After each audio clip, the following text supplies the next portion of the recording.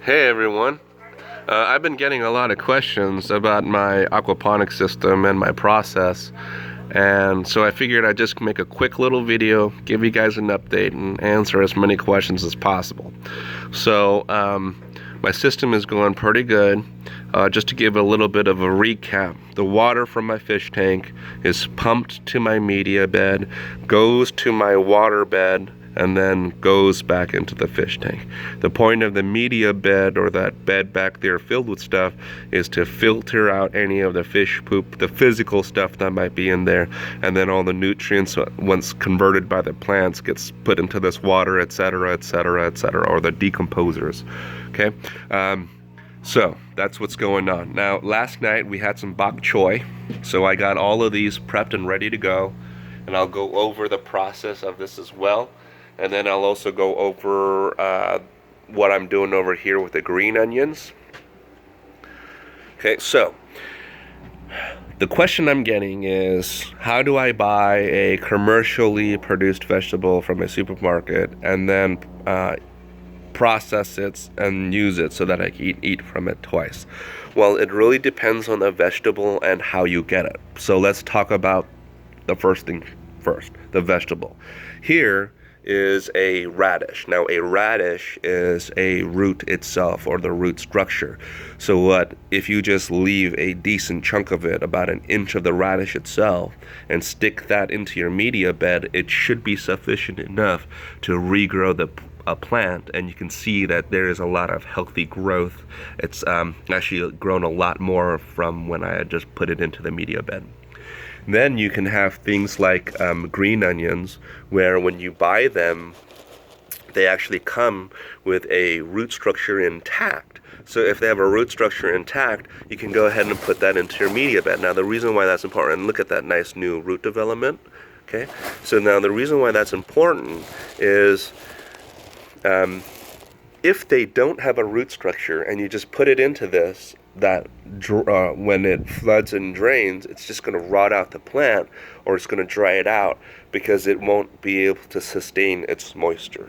So something with a root structure versus something without has to be processed differently.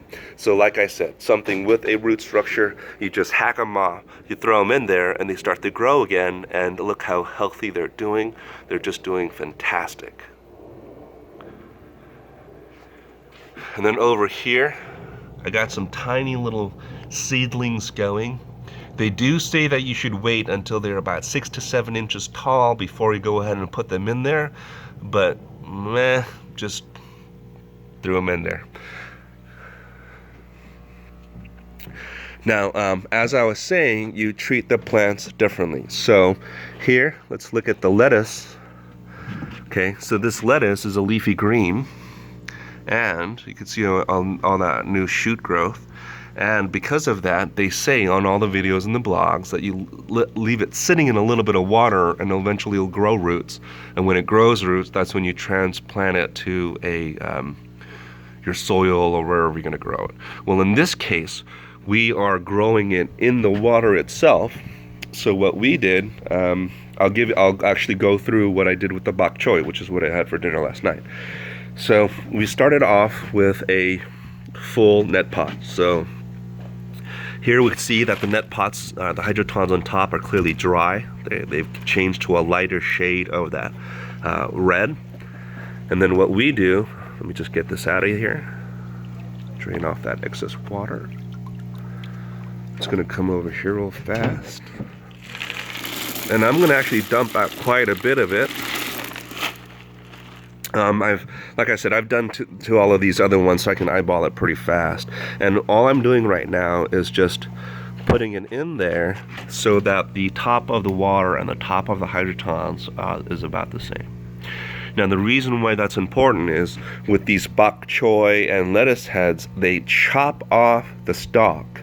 So essentially what we're doing is we're creating a cut or a clone of the original plant using the vegetable itself.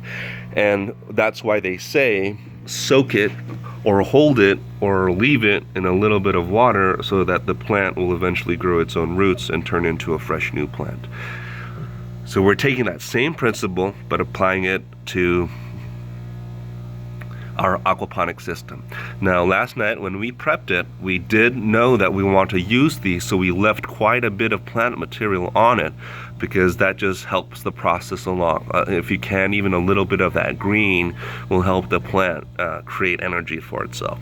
So what I do is I actually filled this container with water and soaked all of my little cuts or my little stalk heads, because any dirt or bugs on there I kind of want to wash off, because any hitchhikers will, again, hitchhike its way into your system, and you don't want to infect all of your, fresh new bok choy with bugs, etc.